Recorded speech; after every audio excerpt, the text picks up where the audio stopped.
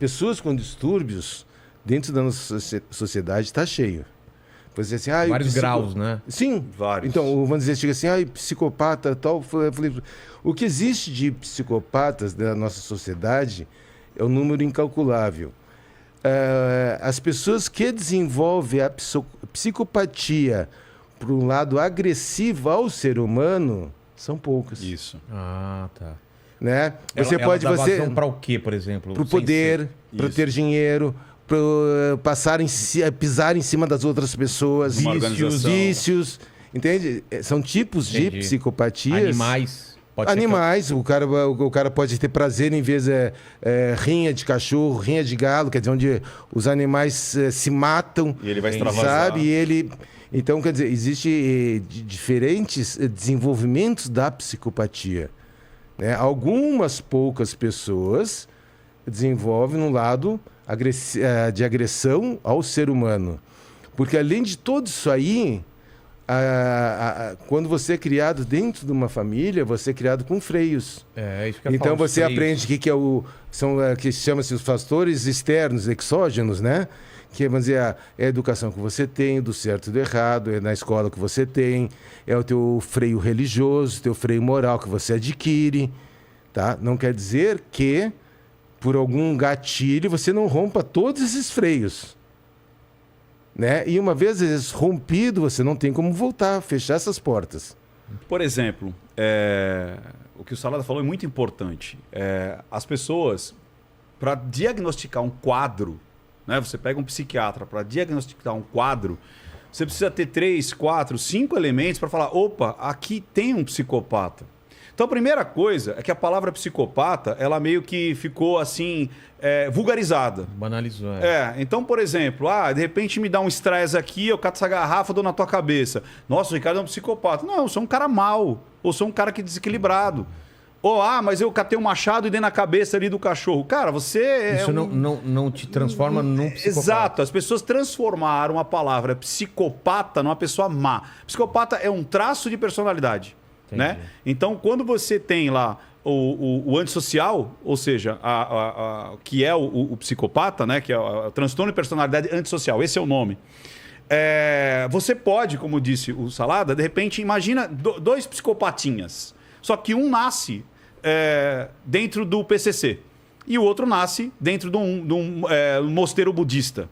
Será que os dois vão ter a mesma condição, de repente, de ruindade, de realização? Eu chamo isso de portas abertas e portas fechadas. É oportunidade. Então, às vezes, esse cara vai falar, opa, peraí, eu posso ser cruel e quem está em volta de mim aplaude. E ele vai escalando isso. Porque normalmente você começa com uma maldade, às vezes com um irmãozinho, com um animalzinho, e aí você vai escalando.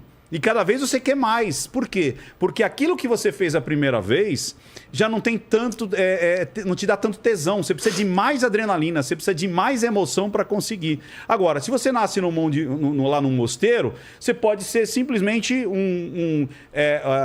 o cara lá, o grande guru, que de repente vai falar assim, você vai ficar de joelho aí 3 horas, você vai ter que ficar sem comer 3 dias. Então ele vai expor essa vontade dele de outras maneiras. E como você vê traços de psicopatia em criança? A gente nunca vai usar o termo psicopatia em criança. Não? Não. Por quê? No máximo, você pode dizer que tem transtorno de conduta. Tá. Porque existe uma coisa que você tem que ter um amadurecimento cerebral mínimo para você dizer que aquele cérebro tem aquele funcionamento mesmo irreversível. Entendi. Por isso que se tem a tal da maioridade, que é diferente em vários países. Que é quando eles imaginam que o cérebro está totalmente que tem pronto. O seu amadurecimento para dizer, não, esse cara é assim. Entendi. Né? E isso é uma discussão eterna. Por exemplo, nesse curso que a gente vai dar, tem uma aula que é menores perigosos demais. Como é que a gente faz com eles? Porque assim, por exemplo, na Inglaterra, na Austrália, não tem uma idade.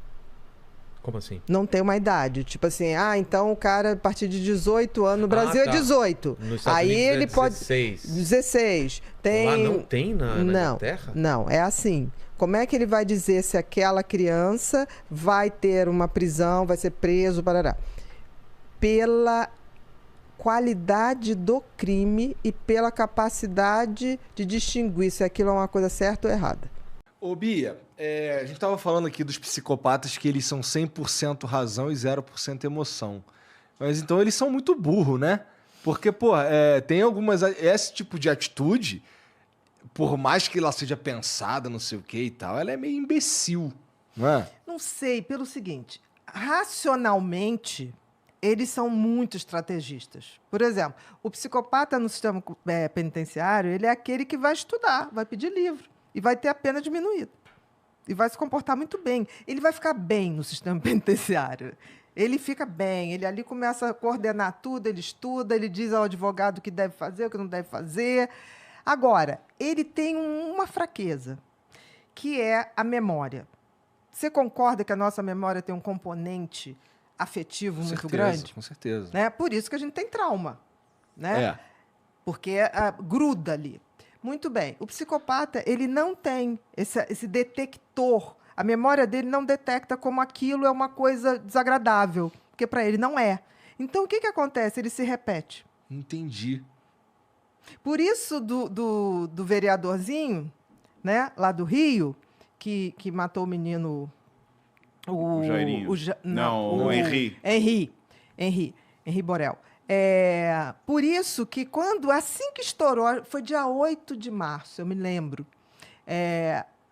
eu estava fazendo uma live na segunda-feira seguinte, aí entraram e perguntaram. Eu falei, gente, eu ainda não sei, mas olha só, se foi ele, eu digo o seguinte, se foi ele, com esse nível de perversidade, estamos diante de um psicopata. É que ele matou o garoto de porrada, não é? Exatamente. Foi de porrada. Exatamente. Que é a coisa do prazer. O psicopata tem prazer de ver o outro sofrer, de subjugar. Ele tem prazer, mesmo. Não é prazer sexual. O prazer é você ter ali a criança, ou seja lá o que tem foi, uma implorando. Vida e morte. Vida e morte na mão. E aí, eu falei assim, é muito simples. Se ele é só procurar. O regresso. Eu te chamo de HPP, História Patológica Pregressa. Todo psicopata tem um HPP. Olha sempre, que interessante. Sempre. E quanto mais grave, mais ritualizado e mais você vai achar. E aí foi pipocando, né? Quando eu fiz a análise, eu fiz ali no dia seguinte, e eu me assustei, porque, de novo, ele se colocou dentro da cena, sem perceber. Porque teve um momento que ele fala assim, mas como é que a gente ia saber que ele tinha todos os hematomas? E olhou na lembrança como se estivesse olhando o menino ali. Na hora eu gelei, eu falei, caraca, como é que ele lembra de uma cena que ele não estava lá? E aí eu tive essa mesma percepção. Eu falei assim, busca o passado desse cara. Porque ninguém parte do zero para um nível de morte dessa, de perversidade dessa. Não existe. Ele pode ter treinado, porque tem o requinte, né? Refinar a psicopatia, né? O prazer dele. Tem e ele vai refinando e escalando, né, doutor? Refinando e escalando, exatamente. O que acontece com o psicopata? Ele vai, quanto mais grave isso acontece, ele vai vendo que aquilo vai ficando mais ousado. Aí ele quer mais dificuldade, ele quer mais o risco, ele tem um prazer com isso. Então ele vai sofisticando a maldade. Vai aumentando. Caraca, você Deu para entender como psicopata não tem nada a ver com doente mental? Deu. Vamos respeitar os doentes mentais. Isso. Deu para entender. Porque assim, um esquizofrênico é um psicótico, aquela pessoa que sai da realidade. Esse cara, o índice de homicídio dele é muito baixo. E quando ele comete um crime, ele comete porque ele tem medo absoluto que na cabeça dele você faz monstro, parte de uma psicose, né? Não, ele imagina uma realidade onde você está planejando matá-lo. Ele mata você por desespero, para não ser morto.